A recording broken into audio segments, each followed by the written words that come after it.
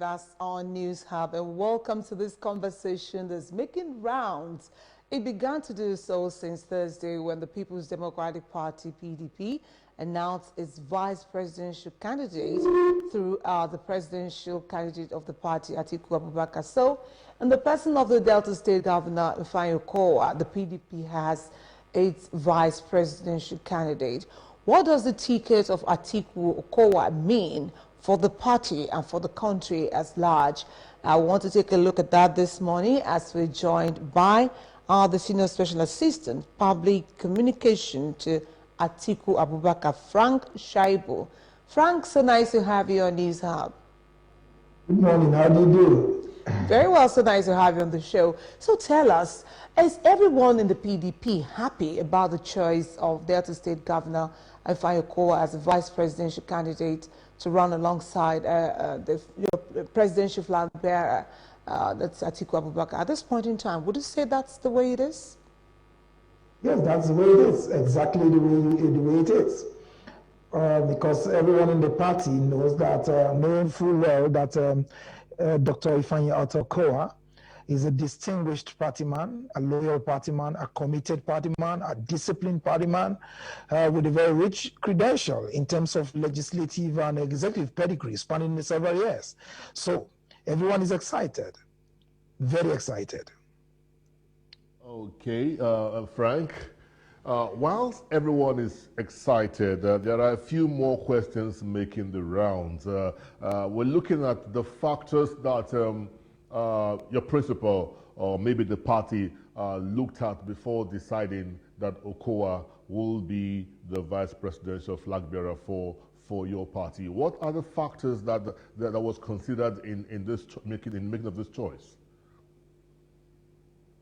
You know, first of all, I was not a member of the committee that was set up by the party, you know, to take a look at all the contenders for that position. But that notwithstanding, my principal, His Excellency Alhaji Atiku Abubakar, made it clear and unambiguous yesterday while unveiling the vice presidential candidate for the party, who was going to fly the ticket with him, you know, for the election. And by the grace of God, the next vice president of the Federal Republic of Nigeria, Dr. Okowa. And he did state clearly there some of the reasons he considered. It was a very tough decision because all the men we had who were shortlisted had very robust credentials. They were all qualified. You know, it was a tough decision for him to make, and he needed to make it because Nigeria on his own is a complex country, and for a complex country, I said it before, times without number on several channels.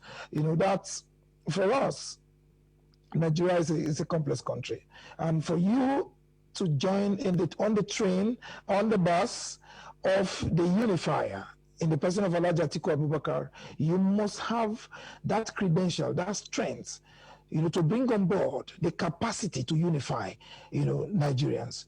Dr. Okowa is tested. Delta State that he superintends over. He's a very heterogeneous society with is a multi-ethnic society, and in 7 years of his reign as governor of that state, he's been able to tame and curb ethnic conflicts.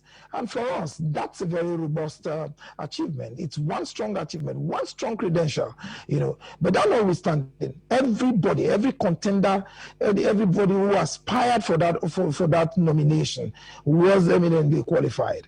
And Atiku Abubakar, His Excellency, had to pick just one person. Unfortunately, only one person can serve as the vice presidential candidate. And that tough choice is today, His Excellency Dr. Okowa, you know, whose nomination I would consider as a double-barrel nomination. Double-barrel nomination because we believe he has a rich legislative pedigree and a very concrete and strong pedigree in terms of executive leadership as governor of his state, being a former senator. So for us, it's a good choice. Frank, the presidential flag bearer, your principal, did say that he had 3 top names that were submitted to him, and he had to narrow it down to Dr. Ifeanyi Okowa, at this point in time. Many Nigerians are wondering what then happened to the governor of Rivers State, Nyesom Wike, who also did well. He ran closely during the primary to your presidential flag bearer. One would have imagined or expected that should be the choice. So if you have to say, even very close to your principal, what would you say were perhaps the top 2 reasons why Dr. Okowa was chosen in the place of any other person at that? That's a tough one.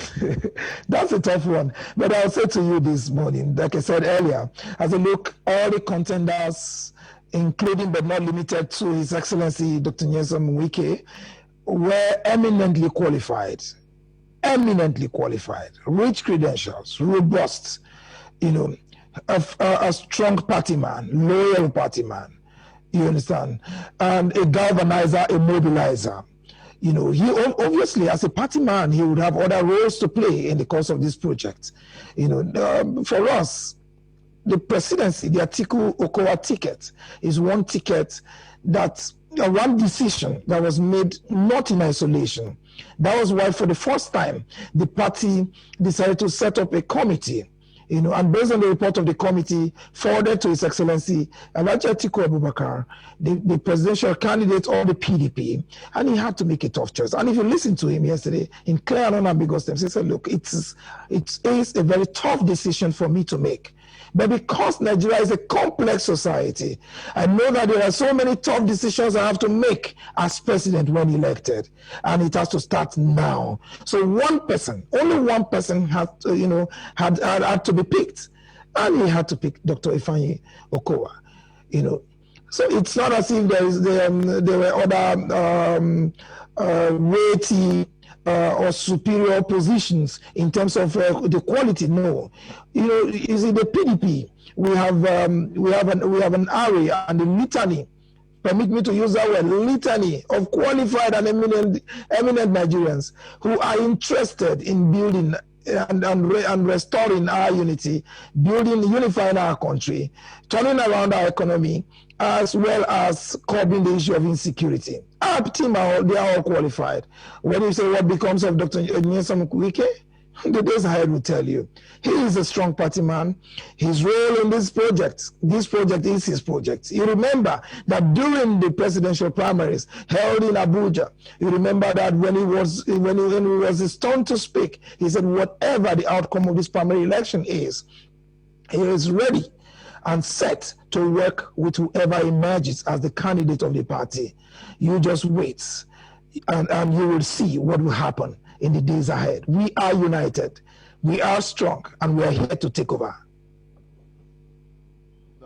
All of that remains just the way Nyesom Wike did say it at the primaries. We're hoping that it remains that way. But then, having said that, amidst all the factors that you have reeled out, that the party did governance, understanding the economy for the choice of Ifeanyi Okowa, I know that paramount in the minds of the party was winning the election. How much support is going to bring to the table in terms of gathering the votes for the election.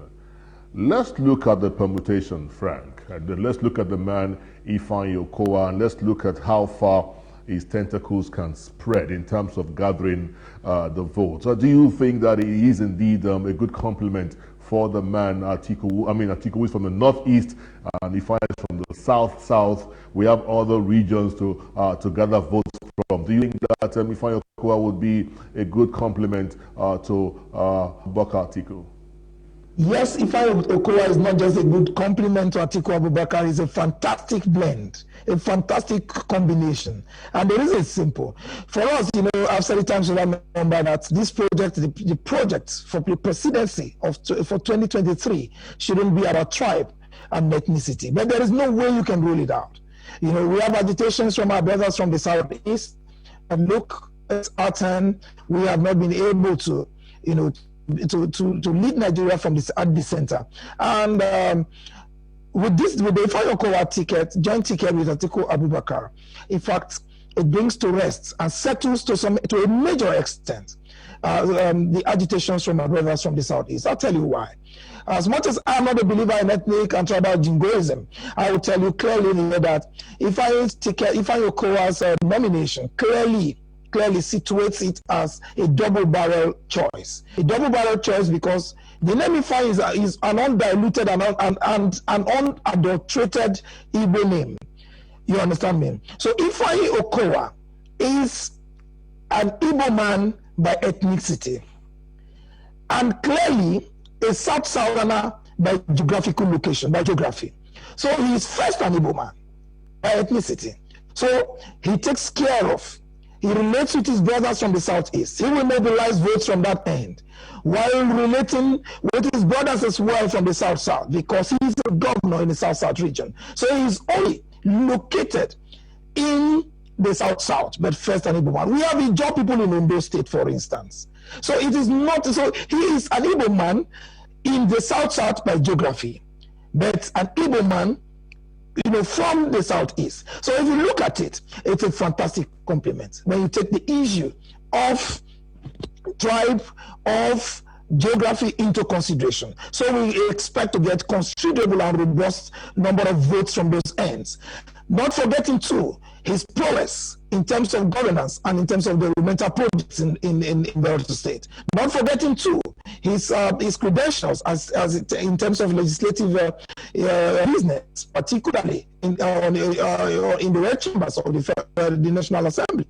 So he is the grassroots mobilizer. He is a strong party man.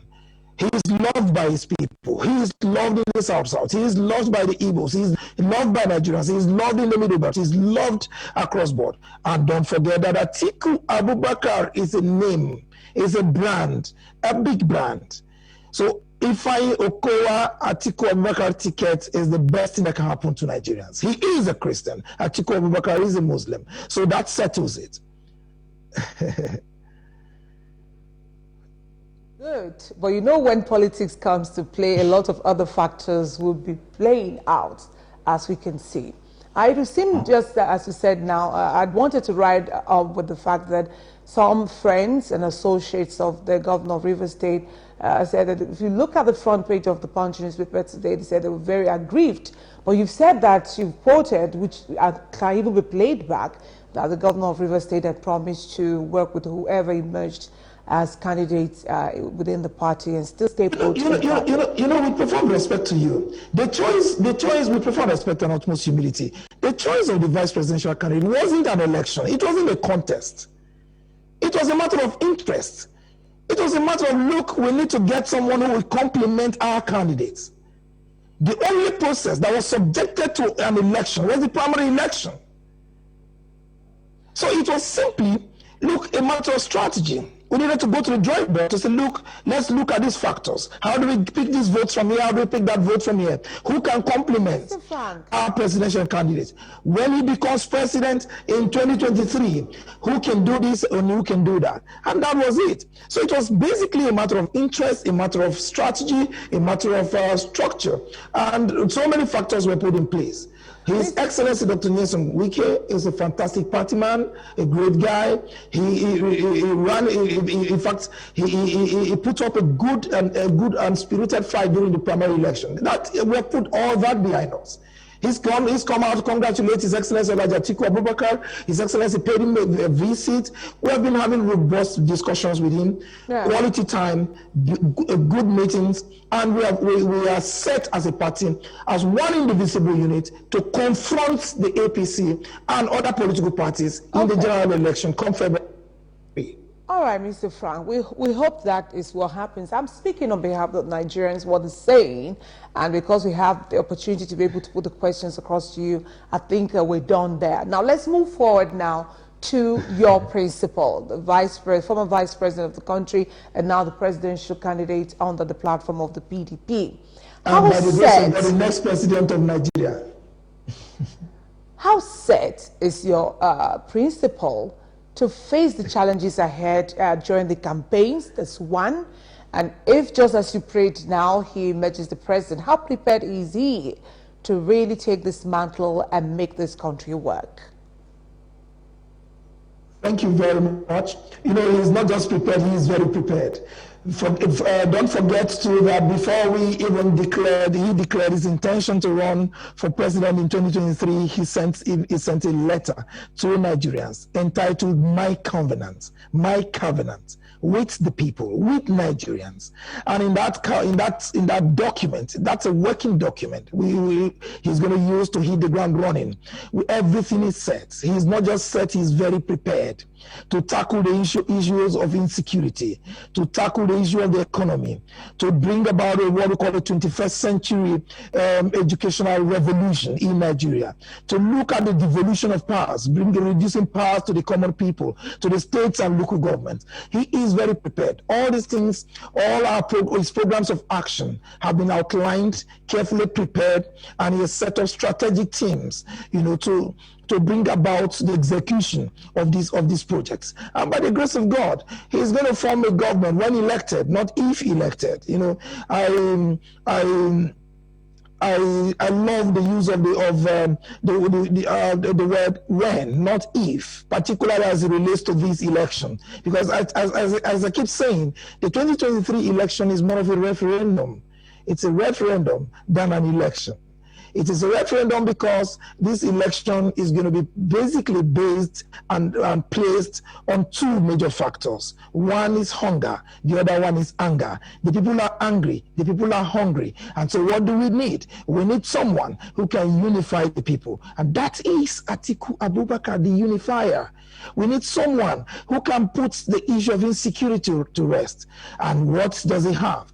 Look, we have, as at 1999, when President Olusegun Obasanjo came into office, we had 10.5 million out of school children. As at today, we have 18 million out of school children. And what does that portend? Danger. And that is why we have the issue of insecurity unabated. And what is Atiku Abubakar bringing on the table? He is saying, look, to tackle the issue of insecurity in Nigeria, I must take these out of school children off the street. I will return them back to school so that they will not become vulnerable, so that they won't become vulnerable to these insurgents who mobilize and recruit them to kill defenseless Nigerians, innocent people. And that is what the Atiku Okowa ticket is offering and bringing to the table. We are set to roll. We know these things. We can reel them off our fingertips without extemporaneously. That is who Atiku is. He is very prepared.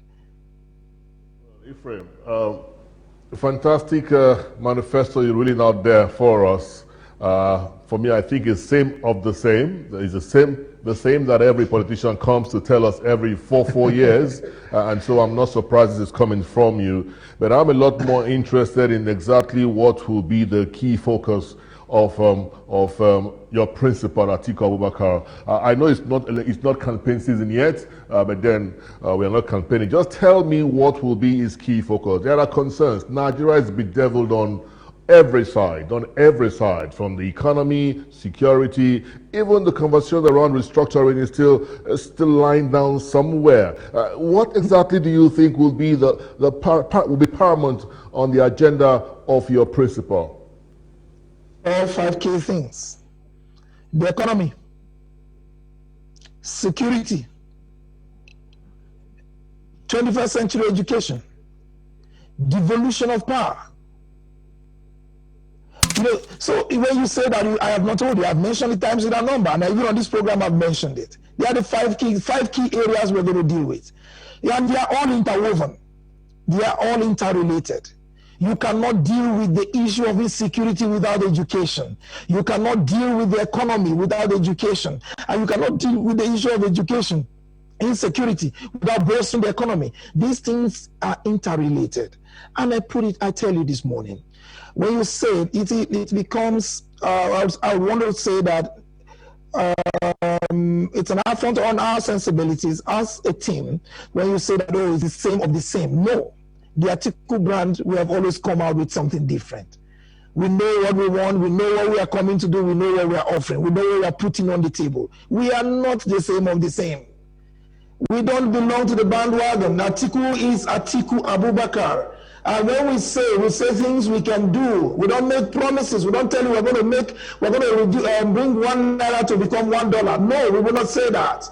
We will tell you what we can do, and that's why I keep telling you, look, to tackle the issue of insecurity, we don't need to be a 10-star general to tackle the issue of insecurity. We have told you before, and I've said it again, and I'll say it again, that we will deal with the issue of insecurity using education as our biggest weapon. All right. We will not allow our children to roam the streets. We're going to make sure that our schools are functioning. We're going to make sure that infrastructure is up to date in our universities, so that these students not remain at home and they will not become vulnerable. These are the things we're bringing on board, so we can't not be the same of the same. All right. We are Atiku Okowa ticket. Frank, you mentioned Yes. of the 5 things said right now, you said devolution of power. And that's what Yes. a lot of people would translate to restructuring, which many have been calling for years to come. Is this what you're saying truly? Or, I mean, one would just be quoting out of context. Are we looking at a proper restructuring of the country with an Atiku Okowa ticket? With an Atiku, thank you very much. With an Atiku Okowa ticket, Nigerians should expect what we call restructuring. Our strategy for that, we'll keep it to our chest, because we know that a few years ago we learned one of the major political parties, particularly the APC, complain, the manifesto you are seeing out there is the fake version, wait for the new one. You see, we're talking of people who are unprepared for leadership. And we will not want some of these people to adopt some of the things we are bringing on board and putting on the table. So our strategy for what we call restructuring, we keep it to our chest, and we let Nigerians know we'll unveil it in the days ahead. But it is going to be something Nigerians will be excited about, some things they'll be proud of, something that will celebrate. And one major reason, Atiku Okowa will get into the Aso Rock presidential villa in 2023. I'm going to take you back again to the vice presidential candidate for your party. I'm looking at a write-up here from a chieftain of your party. I'm talking about Kazeem Afebua, where it describes Okowa as a weaker running mate to Atiku. He says, I'm glad Atiku picked a weaker running mate. I don't know if this is taken out of context here. Well, you see, ordinarily I would not elevate Kazeem Afebua by responding to that comment. But sometimes when you keep quiet, passivity may be mistaken for docility. The truth of the matter is that how do you refer to a man as a chieftain of the party?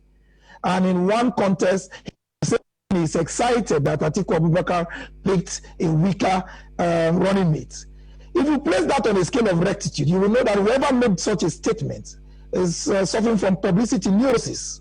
You understand? Because for me, it does not add up. In one breath, he's a chieftain of a party he claims to be a member. And in another breath, the same person is making conjectures that he is excited that the presidential candidate of a party that he is a chieftain picked a weaker running mate. For us, it is preposterous, outlandish, and a vituperation of zero consequence, because as far as we are concerned, he does not matter. You understand? I don't see him as a chieftain of our political party, the PDP, and in the days ahead, I think the party will deal with that.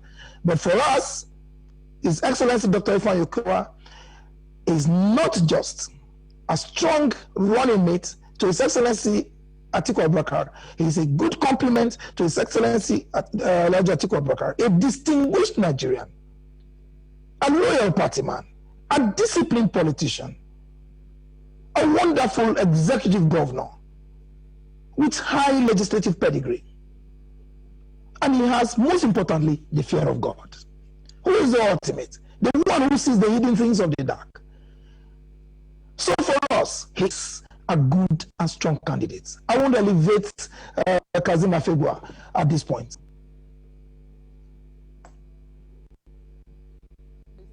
Of leaders across board, whether in organizations, especially political sphere, that who they are really would manifest in the way that they're able to lead per time. Many people perceive former vice president, now presidential candidate of your party, as a man of very few words. If we want to go back to the build-up towards the primary, he said almost, only a few times he came out to talk. How do you think this would affect, let's say he emerges the president of the country, because Nigerians want to be talked to? I'm sure that you heard during even this administration where Nigerians crave to be heard. Would Nigerians be able to listen, hear from him from time to time, with the way that they feel that he's a very quiet man? No. You see, I think that's presumptuous. Presumptuous because that's not Atiku Abubakar. The person you just described does not resemble, does not look like Atiku Abubakar. So as Atiku Abubakar, you should know that even a click on Google, a Google search on his name, you know that we speak all the time. He speaks all the time on national issues, on international issues. In a build-up to this campaign, if you place the 2023 election campaign before the primaries, if you place it on a scale of rectitude with what happened in 2019, you will see that we deployed two different strategies. In 2019, we were everywhere. He was talking. In 2023, we chose to tactically withdraw so that we could strategically advance. It was a matter of strategy. It was a matter of strategy. We even spoke less to the media. He was speaking at every visit, every consultation he made, he spoke. But we decided to play down on our media outings during the primary election, and because it was simply a party affair, and it was part of our strategy. We allowed our opponents to be in the face of the media, and while we did the majority of our work on the ground. Now we are moving to the main election where we need to speak to the people. Atiku is a talker. He speaks. He talks. You understand? The only thing I would say is that he is not loquacious. He speaks when necessary. He speaks when appropriate. That is presidential. There is a language, there is a style that befits the office of a president. You understand? And there is a style that befits area boys and all that. So there are things he will not do. He will only speak when it is necessary. And so Nigerians forget it. Atiku as president is not only, will not be only presidential. He will speak to Nigerians all the time. We can assure you of that. All the time. Every day. Whenever it is necessary. Whenever Nigerians are happy, he will speak to them. God forbid we have a time to be sad under his reign. And but if that is the will of the Almighty, he will speak to Nigerians. He will speak to Nigerians about everything. He will carry Nigerians along. Nigerians will be a part of his government. He will not be a dictator. He will not speak down on Nigerians. He will speak with Nigerians. And he will not speak to Nigerians. He will speak with Nigerians. He will cross-fertilize ideas with the people. That is who Atiku is. That is the definition of His Excellency Alhaji Atiku Abubakar. Frank Shoaibu, I'm sure it's a fantastic place to anchor this conversation. Thank you so very much for all you've talked about. Thank you for your time with us on the show, and we wish your principal and the vice presidential candidate of your party the very best in the coming election. We're really hoping that things will work out as planned for your party. Thank you for your time, Frank. Thank you so much, too. Thank you so much, too. And I look forward to a mutually rewarding partnership, and look forward to seeing you at Asoro Presidential Villa in 2023. Fantastic. That's not worrying. That's not worrying. I would like both of you to anchor an interview, Mr. President when he becomes president in 2023. All right, thank you. I would like to host you. Thank you. Do have a great day. All right, you too. Yeah. Bye. All right, fantastic. Impressionable.